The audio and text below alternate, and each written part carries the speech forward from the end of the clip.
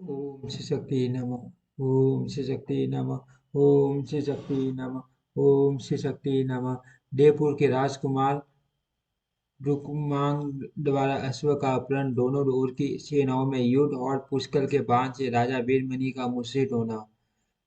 वात वात्स्यायन बोले, फणीश्वर जो भक्तों की पीड़ा दूर करने के लिए नाना प्रकार की कृत्य क्या करते हैं, उन श्री रघुनाथ जी की कथा सुनने से मुझे तृप्ति नहीं होती, अधिकाधिक सुनने की इच्छा बढ़ती जाती है। वेदों को धारण करने वाले आर्णयक मुनि धन्य थे, जिन्होंने श्री रघुनाथ जी का दर्शन करके उसके उनके सामने ही अपने नश्वर शरीर का परित्याग किया था। सेठ जी, आप यह बताइए कि महाराज का वह यज्ञ संबंधी अश्व वहां से किस ओर गया, किसने उसे पकड़ा था, वहां रमानाथ श्री रघुनाथ जी की कीर्ति का किस प्रकार विस्तार हुआ। सेठ जी ने कहा, ब्रह्म ऋषि, आपका प्रश्न बड़ा सुंदर है। आप श्री रघुनाथ जी के सुने हुए हुए गुणों से भी नहीं गुणों को भी नहीं छूने हुए के समान मानकर उनके प्रति अपना लोभ प्रकट करते हैं और बार बार उन्हें पूछते हैं, अच्छा अब आगे की कथा सुनिए। बहुत तेरे सैनिकों से घिरा हुआ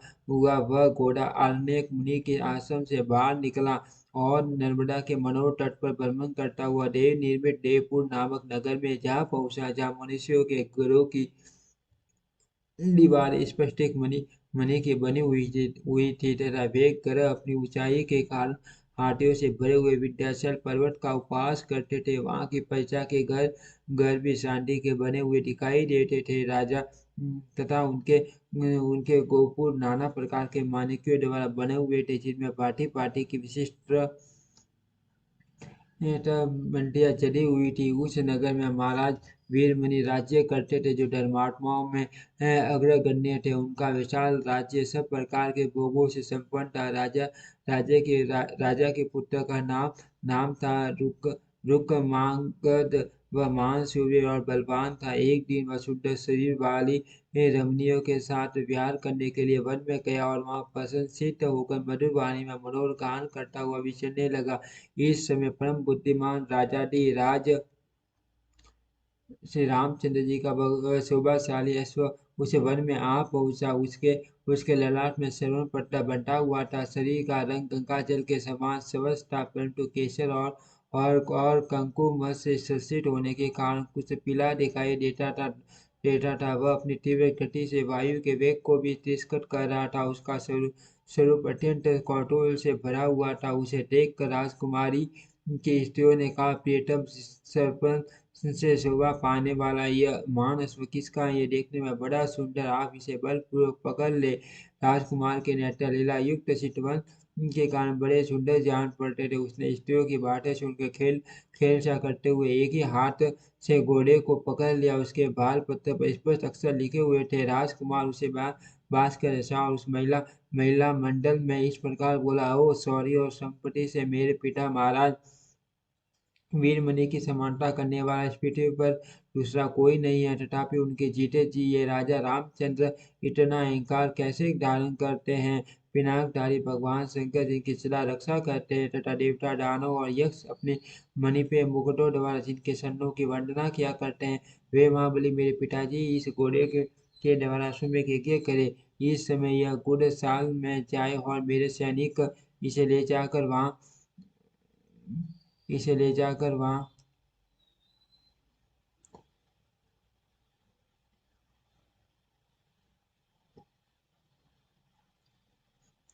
बांध दे। इस प्रकार उस घोड़े को पकड़कर राजा राजा वीरमणि का ज्येष्ठ पुत्र रुक्मांगद अपनी पत्नियों के साथ नगर में आया। उस समय उसके मन में बड़ा उत्साह भरा हुआ था। उसने पिता से जाकर कहा, मैं रघुकुल के स्वामी श्री रामचंद्र का घोड़ा ले आया हूँ। ये इच्छा अनुसार चलने वाला अद्भुत अश्वमेध यज्ञ के लिए बछोड़ा गया गया था। राम के भाई शत्रुघ्न अपनी विशाल सेना के साथ इसकी रक्षा के लिए आए हैं। महाराज वीरमणि बड़े बुद्धिमान थे। पुत्र की बात सुनकर उन्होंने उसके कार्य की प्रशंसा नहीं की, सोचा कि यह घोड़ा लेकर चुपके से चला आया है, इसका ये कार्य तो स्वर्ग के समान है। अद्भुत कर्म करने वाले भगवान शंकर राजा के इष्ट देव थे। उसने राजा से सारा हाल कह सुनाया। तब भगवान शिव ने कहा, राजन, आपके पुत्र ने बड़ा अद्भुत काम किया है। यह परम बुद्धिमान भगवान श्री रामचंद्र जी के महान अश्वों को हल लाया है, जिनका मैं अपने हृदय में ध्यान करता हूँ, जिया से जिनके नाम का उच्चारण करता हूँ, उन्हीं उन्हीं श्री राम के यज्ञ संपत्ति अश्व का आपके पुत्र ने अपहरण किया है। परंतु इस युद्ध क्षेत्र में एक बहुत बड़ा लाभ यह होगा कि हम लोग भक्तों द्वारा सेवित श्री रघुनाथ जी के शरण कमलों का दर्शन कर सकेंगे, परंतु अब हमें अश्व की रक्षा के लिए महान प्रयत्न करना होगा। इतने पर भी मुझे संदेह है कि शत्रु के सैनिक मेरे द्वारा रक्षा किए जाने पर भी इसे बलपूर्वक पकड़ ले जाएंगे। इसलिए महाराज, मैं तो यही सलाह दूंगा कि आप विनीत होकर जाओ और राज्य सहित इस सुंदर अश्व को भगवान की सेवा में अर्पण करके उनके शरणों का दर्शन करो। वीरमणि बोले, भगवान भगवान क्षत्रियों का ये धर्म है कि वे अपने प्रताप की रक्षा करें। हर एक मानी पुरुष के लिए अपने प्रताप की रक्षा करना कर्तव्य है। इसके लिए उसे अपने अपनी शक्ति पर पराक्रम करना चाहिए। आवश्यकता हो तो शरीर को भी होम देना चाहिए। सहसा किसी की शरण में जाने से शत्रु उपहास करते हैं। वे कहते हैं, ये कायर हैं, राजाओं में अधम है, शूद्र हैं। इस नीच ने भय से विहल होकर अन्यायी पुरुषों की भांति शत्रु के चरणों में मस्तक झुकाया है। अतः अब युद्ध का अवसर उपस्थित हो गया। इस समय जैसा जैसा उचित हो वही आप करे वही आप करे। कर्तव्य का विचार करके आपको अपने इस भक्त की रक्षा करनी चाहिए। शेठ जी कहते हैं, राजा की बात सुनकर भगवान चंद्रमौली अपनी मेघ के समान गंभीर वाणी से उनका मन लुभाते हुए हंसकर बोले, राजन, यदि 33 करोड़ देवता भी आ जाए तो भी किसी में इतनी है शक्ति है जो मेरे द्वारा रक्षित रहने पर आपसे घोड़ा ले सके। यदि साक्षात भगवान यहाँ आकर अपने स्वरूप की झांकी कराएंगे तो मैं उनके कोमल चरणों में मस्तक झुकाऊंगा, क्योंकि सेवक का स्वामी के साथ युद्ध करना बहुत बड़ा अन्याय बताया गया है। शेष जितने वीर हैं वे मेरे लिए तिनके के समान है, कुछ भी नहीं कर सकते। अतः राजत्र, आप युद्ध करो, मैं आपका रक्षक हूँ। मेरे रहते कौन कौन ऐसे वीर हैं जो बलपूर्वक घोड़ा ले जा सके। यदि त्रिलोकी भी संगठित होकर आ जाए तो मेरा कुछ भी नहीं बिगाड़ सकती। इधर इधर से रघुनाथ जी के जितने सैनिक थे वे अश्व का मार्ग ढूंढ रहे थे। इतने में ही महाराज शत्रुघ्न भी अपनी विशाल सेना के साथ आ पहुंचे। आते ही उन्होंने सभी सेवकों से प्रश्न किया, कहाँ है मेरा अश्व? स्वर्ण पत्र से सुशोभित वह यज्ञ संबंधी घोड़ा इस समय दिखाई क्यों नहीं देता? उनके बात सुनकर अश्व के पीछे चलने वाले सेवकों ने कहा, नाथ, उस मन के समान तीव्रगामी अश्व को इस जंगल में किसी ने हर लिया है। हमें भी हमें भी वह कहीं दिखाई नहीं देता। सेवकों के वचन सुनकर राजा शत्रुघ्न ने सुमति से पूछा, मंत्रीवर, यहाँ कौन राजा निवास करता है? हमें अश्व की प्राप्ति कैसे होगी? जिसने आज हमारे अश्व का अपहरण किया है, उस राजा के पास कितनी सेना है? इस प्रकार शत्रुघ्न जी मंत्री के साथ परामर्श कर रहे थे। इतने इतने ही में देव ऋषि नारद युद्ध देखने के लिए उत्सुक होकर वहां आए। शत्रुघ्न ने उन्हें स्वागत सत्कार से संतुष्ट किया। वे बातचीत करने में बड़े चतुर थे। अपनी वाणी से नारद जी को प्रसन्न करते हुए बोले, माँ मते बताइए, मेरा अश्व कहाँ है? उसका कुछ पता नहीं चलता। मेरे कार्य कुशल अनुसार भी उसके मार्ग का अनुसंधान नहीं कर पाते। नारद जी बिना बजाते और श्री राम कथा का बारंबार गान करते हुए बोले, राजन, यहाँ देवपुर नाम का नगर है। उसमें वीरमणि नाम से विख्यात एक बहुत बड़े राजा रहते हैं। उनका पुत्र इस भर में आया था। उसी ने अश्व को पकड़ लिया है। आज उस राजा के साथ आप लोगों का बड़ा भयंकर युद्ध होगा। उसमें बड़े बड़े बलवान और शूरवीर मारे जाएंगे। इसलिए आप पूरी तैयारी के साथ यहाँ स्थिरता पूर्वक खड़े रहो तथा सेना का ऐसा व्यूह बनाओ जिसमें शत्रु के सैनिकों का प्रवेश करना अत्यंत कठिन हो। श्रेष्ठ राजा वीरमणि से युद्ध करते समय आपको बड़ी कठिनाइयों का सामना करना पड़ेगा, तथापि अंत में विजय आपकी ही होगी। भला संपूर्ण जगत में कौन ऐसा वीर है जो भगवान श्री राम को पराजित कर सके? ऐसा कहकर नारद जी वहां से ध्यान हो गए और देवता तथा दानवों के समान उन दोनों पक्षों का भयंकर युद्ध देखने के लिए आकाश में ठहर गए। उस उदय सूर्य शिरोमणि राजा वीरमणि ने रिपुवार नामक सेनापति को बुलाया और उसे अपने नगर में ढिंढोरा पिटवाने का आदेश दिया। सेनापति ने ने राजा की आज्ञा का पालन किया। प्रत्येक घर गली और सड़क पर डंके की आवाज सुनाई देने लगी। लोगों को जो घोषणा सुनाई गई वह इस प्रकार थी: राजधानी में जो जो भीड़ उपस्थित है वे सभी शत्रुघ्न पर चढ़ाई करे। जो लोग वीरता के अभिमान में आकर राजा ज्ञान राजा राजा ज्ञान राजा आज्ञा का उल्लंघन करेंगे, वे महाराज के पुत्र या भाई ही क्यों न हो वध के योग्य समझे जाएंगे। फिर से डंका बजाकर उपयुक्त घोषणा दुहराई जाती है। सभी वीर सुन ले और सुनकर शीघ्र ही अपने कर्तव्य का पालन करे। विलंब नहीं होना चाहिए। न श्रेष्ठ वीर मणि के सैनिक श्रेष्ठ योद्धा थे। उन्होंने ये घोषणा अपने कानों सुनी और कवच आदि से सुसज्जित हो गए। वे महाराज के पास गए। उनकी दृष्टि में युद्ध एक महान उत्सव के समान था। उसका अवसर पाकर उनका हृदय हर्ष और उत्साह से भर गया था। राजकुमार रुकमांगद भी अपने मन के समान वेगशाली रथ पर सवार होकर आए। उनके छोटे भाई शुभांगद भी अपने सुंदर शरीर बहुमूल्य रत्न में कवच धारण करके रणोत्सव में सम्मिलित होने के लिए उपस्थित हुए। महाराज के भाई का नाम था वीर सिंह। वे सब प्रकार के अस्त्र शस्त्रों की विद्या में प्रवीण थे। राजा ज्ञा के अनुसार वे भी दरबार में गए, क्योंकि महाराज का शासन कोई लांघ नहीं सकता था। राजा का भांजा बल मित्र भी उपस्थित हुआ तथा सेनापति रिपुवार ने भी शत्रुंजय सेना तैयार करके महाराज को इसकी सूचना दी।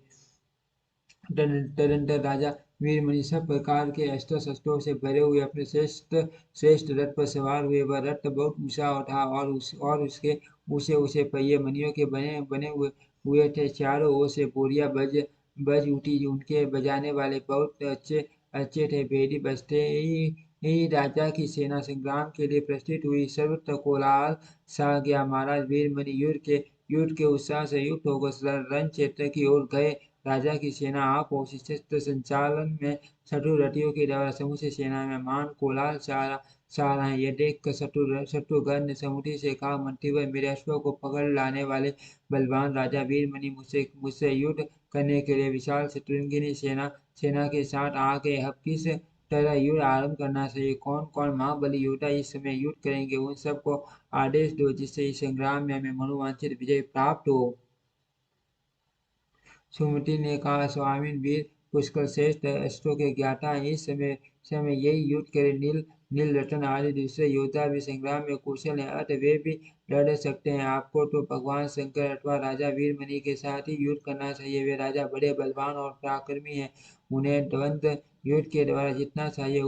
इस उपाय से काम लेने पर आपकी विजय होगी। इसके बाद आपको जैसा जैसे वैसा ही कीजिए, क्योंकि आप तो स्वयं ही परम बुद्धिमान है। मंत्री की यह बात सुनकर वीरों का दमन करने वाले शत्रुघ्न ने युद्ध के लिए निश्चय किया और श्रेष्ठ योद्धाओं को लड़ने की आज्ञा दी। संग्राम के लिए उनकी आज्ञा सुनकर युद्ध कुशल वीर अत्यंत उत्साह से भर गए और शत्रु सैनिकों के साथ युद्ध करने के लिए चले। वे हाथों में धनुष धारण किए युद्ध के मैदान में दिखाई दिए और बाणों की बौछार करके बहुत तेरे विपक्षी योद्धाओं को विलीन करने लगे। उनके द्वारा अपने सैनिकों का संहार सुनकर मणि में रथ पर बैठा हुआ बलवान राजकुमार कुमार रुकमांगद उनका सामना करने के लिए आगे बढ़ा। उसने अपने अनेकों बाणों की मार से शत्रु पक्ष के हजारों वीरों का उद्विग्न कर दिया। उनमें हाहाकार मच गया। राजकुमार बलवान था। उसने बल, यश और संपत्ति में अपनी समानता रखने वाले शत्रुघ्न तथा भरत कुमार पुष्कर को युद्ध के लिए ललकारा। वीर रतन, मुझसे युद्ध करने के लिए आओ। इन करोड़ों मनुष्यों को डराने या मारने से क्या लाभ? मेरे साथ घोर